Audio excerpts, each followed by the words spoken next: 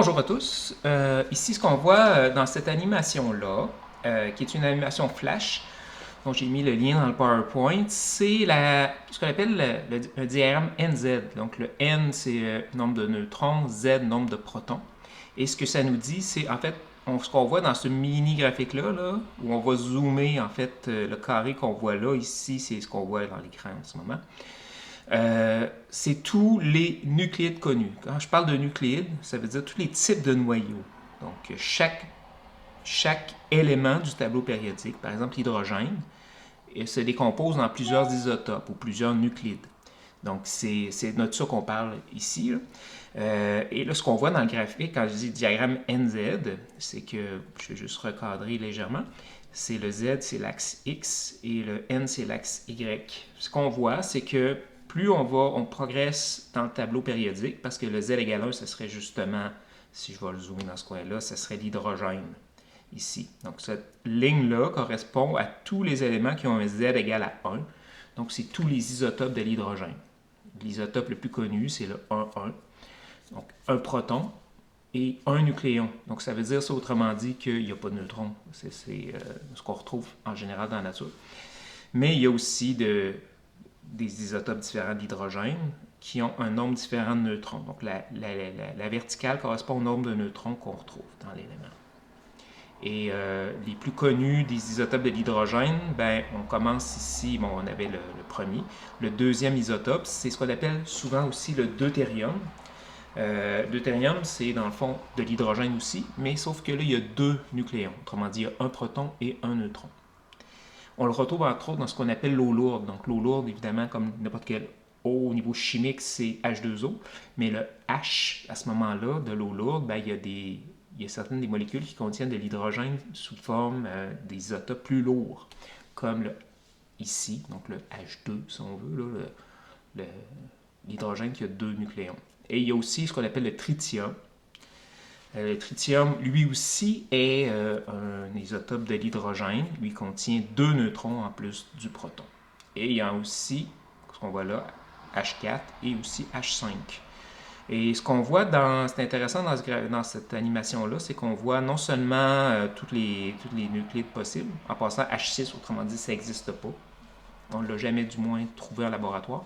Et on a aussi ce qu'on appelle leurs abondances. Autrement dit, quand je regarde ici pour H1, on a la masse du noyau, ce qu'on appelle les unités de masse atomique. Là. On va définir, le U, c'est une unité de masse qu'on utilise beaucoup en nucléaire, qui est comme une valeur, une constante.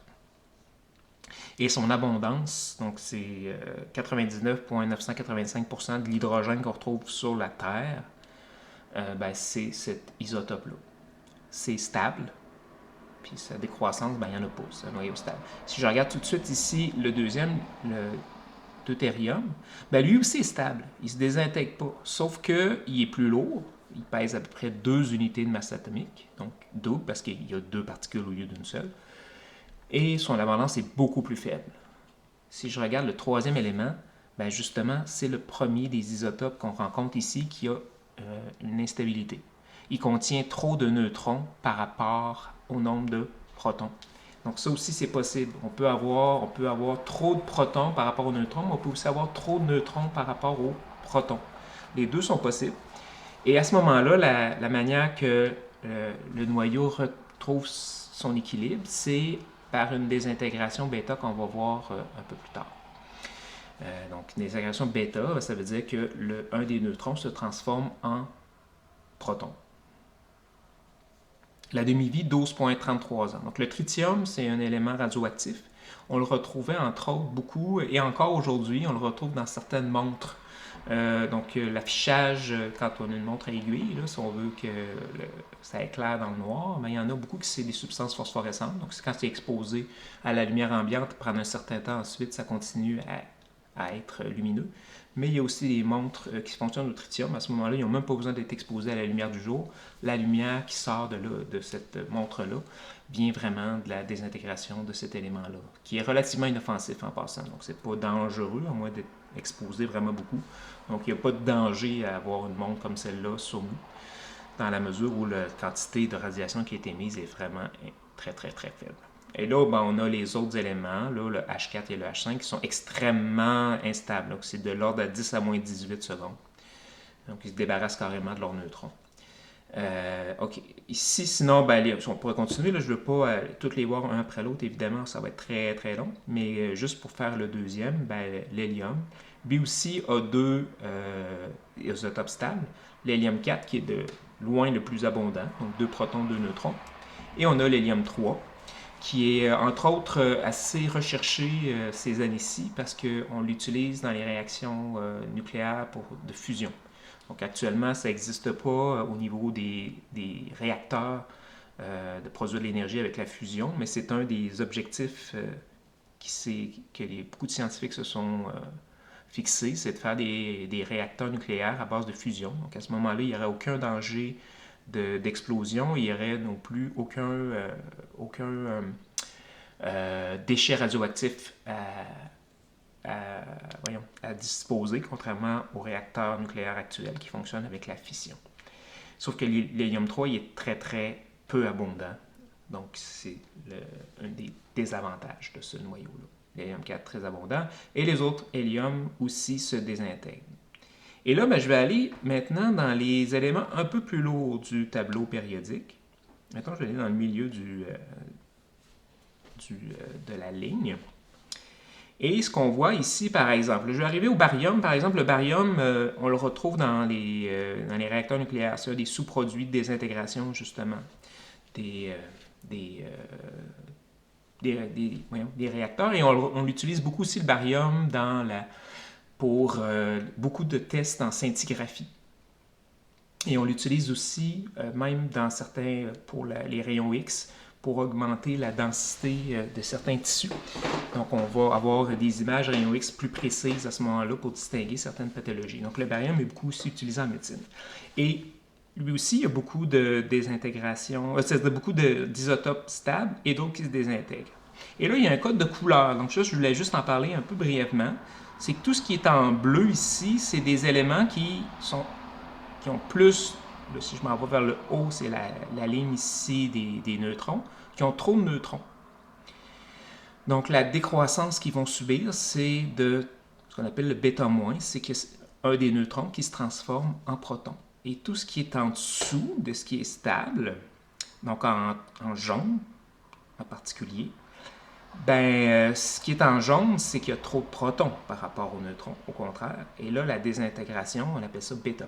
C'est quand un proton se change en neutron. Et si on regarde très rapidement là, dans l'ensemble ici, c'est les deux réactions principales. Tout ce qui est en haut, c'est des neutrons en excédent qui se transforment en protons, et tout ce qui est en bas, c'est un nombre de protons excédentaires qui se transforment en neutrons. Et si je vais encore plus haut, là on a du vert. Le vert, ça correspond aux éléments qui sont très lourds et très radioactifs habituellement. Donc là, j'ai entre autres, par hasard, je suis tombé sur le francium, qui est un des produits justement En fait, c'est un atome qu'on ne retrouve pas dans la nature, qu'on doit fabriquer en laboratoire, entre autres dans les réacteurs nucléaires. Et c'est un élément qui est extrêmement instable et il n'y a aucun isotope de stable.